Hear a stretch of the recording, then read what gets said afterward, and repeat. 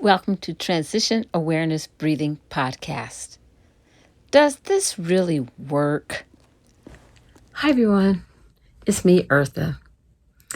I've been doing these podcasts and teaching classes on mindfulness for a couple of years now.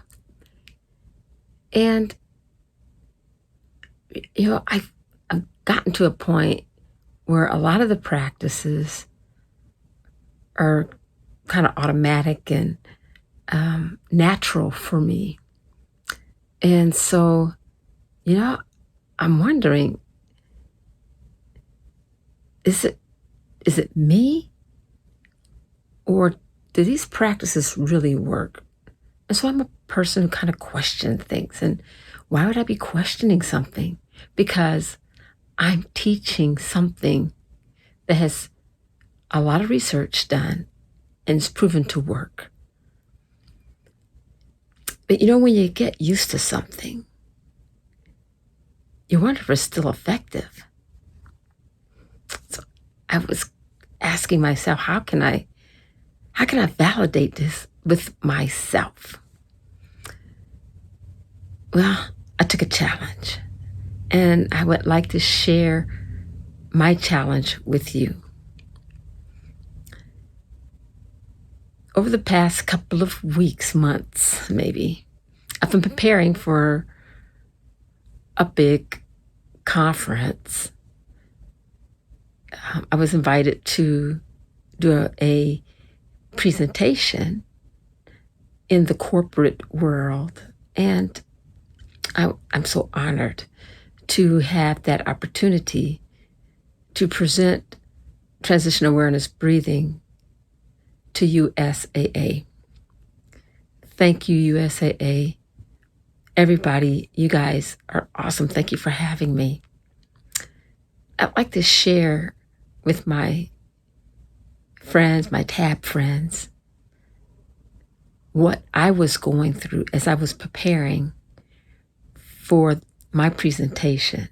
And I was pretty stressed.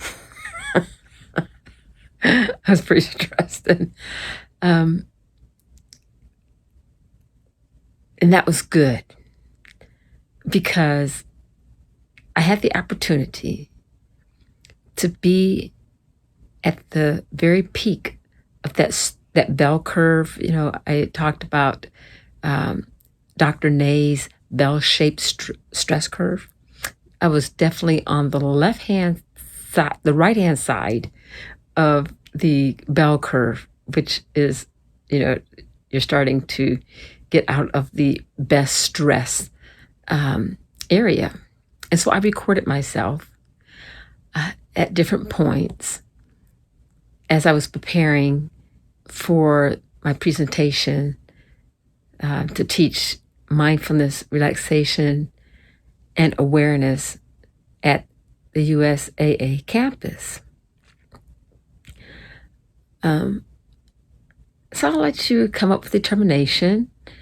And I just thought it'd be an excellent opportunity to share this with you.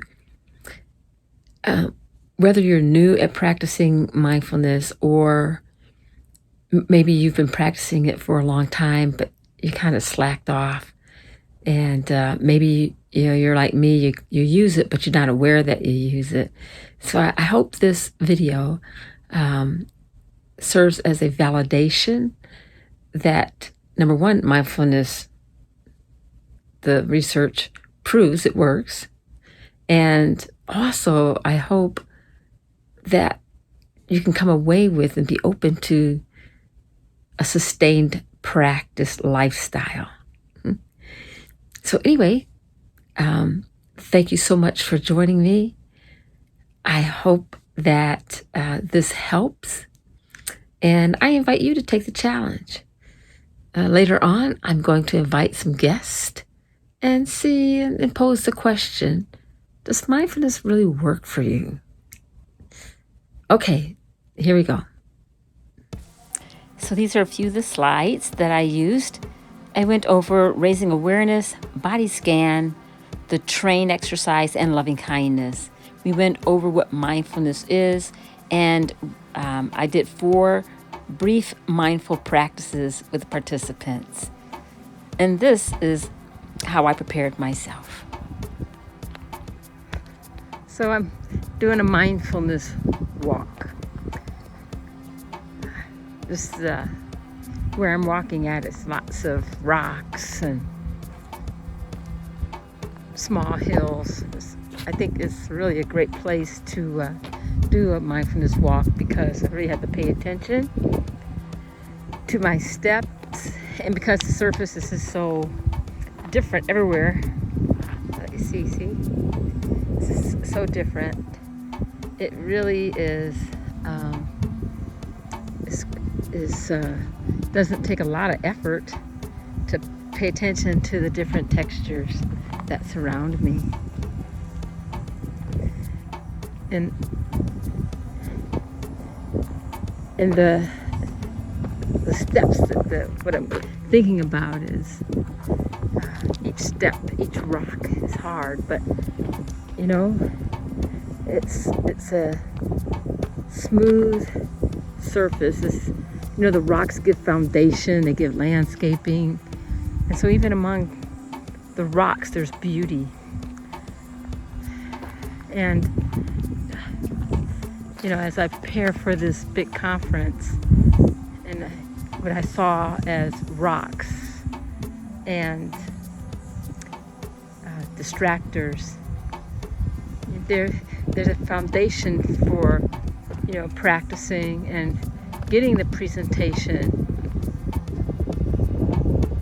better so that I can stay within my time frame and at the same time offer a practice that will, you know, be meaningful for people who are attending my session. And so all that's going through my mind right now as I just kind of do this walk and feel the breeze. And ooh, did you see that lizard? Oh, that is a lizard. You see that lizard? He's camouflaged. Zachariah's with me. I mean, he is really, isn't that way distractors? Sometimes they sneak up on you. And that's the way I felt like when my audio didn't work really well. It kind of snuck up on me because I had practiced, and all of a sudden, no sound. You know, we're not going to catch the lizard. We're not going to, you know, just kind of harbor on the lizard. We're just going to let the lizard pass. Just like the train exercise. And actually, it's kind of cute. You see his little eyes? I'm not going to get to it. Right? Right? Yeah, Zachariah's mentioned Bert, the betta fish. I thought that was a classic example of how distractors just kind of pop in. You know, that lizard showed up. And I was referring to, I participated in the dry run on that Monday, and my sound system didn't work. I could feel myself getting on a level of 0 to 10. I felt myself approaching the 10. Really had to tell myself, stay calm. And you know what? Everything worked out. And then Zachariah got distracted about the betta fish. It helps us. I continued my walk. The beauty of where we're at. I mean, we could walk along a path and not even pay attention to those little tiny flowers or the butterfly or just a beautiful landscape. I think this, the practice of the awareness helps to connect me to right now, to appreciate right now the beauty of even the rocks. You know, was touching the rocks and they're warm, they're hot. The temperature is very warm. So, and then look at the love those clouds and the horizon. Everything is just gentle and peaceful. I think I was feeling more peaceful and relaxed. And now this next clip, I'm in my car, so the sound is a little bit This is a big day, different. and this is the top of the morning. I had to stop at the store and get a few groceries and forgot to get the raisins for my practice. Okay, so happy that I remember it now rather than later on. And it was good, and really appreciated the mindful walk that me and my son took yesterday, because I just feel after a good night's sleep, and I didn't stay up late, I figured out a couple of things that will be helpful for my presentations, and so I'm really appreciating and thankful to verify that when I get a good rest, and when, get a good rest, our minds can recharge and refresh, and we come up with better, creative, maybe problem-solving ideas. Okay, so I had to drop my son off at school, and so I'm on my way to meet a friend briefly, and then I'm going to stop at the store again to get the raisins. I think what was helpful when I realized I had forgotten the raisins was that I kept my focus on the goal of having the raisins. And so rather than letting my emotions, which I felt my emotions of stress just building up, I just focused on getting the raisins and how important those raisins would add to the practice.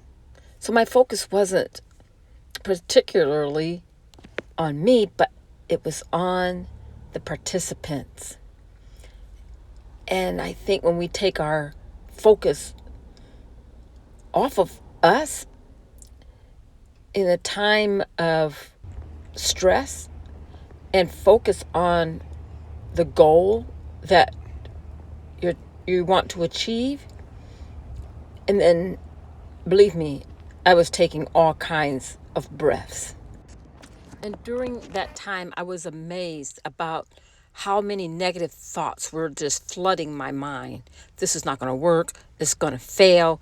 Everything's going to break off. I had to really concentrate on the raisins. Like driving on base. Visitors lot 1, visitors lot 2. Okay, I'm going to go to visitors lot 1. Okay, here I am going through gate 4, the visitors lot. And there's USA. As I was driving, I had a music playing that had no words, and that really helped. I just parked and I'm going to gather my things. So it's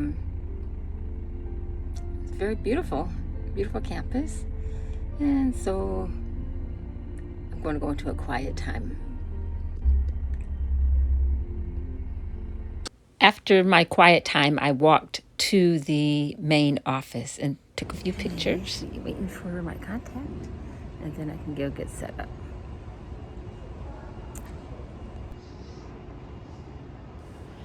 I noticed how bright the lobby was, and all the military ambiance, which I appreciated, being a prior Navy Nurse Corps officer. These are a few of the slides I presented.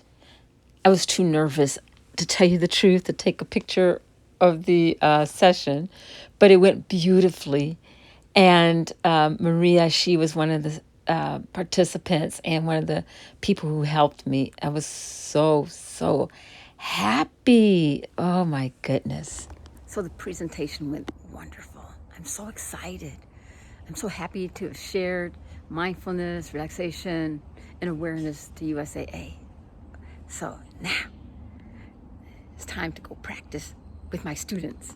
Have a great day. The theme of the conference was Amplify. And I think the conference amplified my awareness.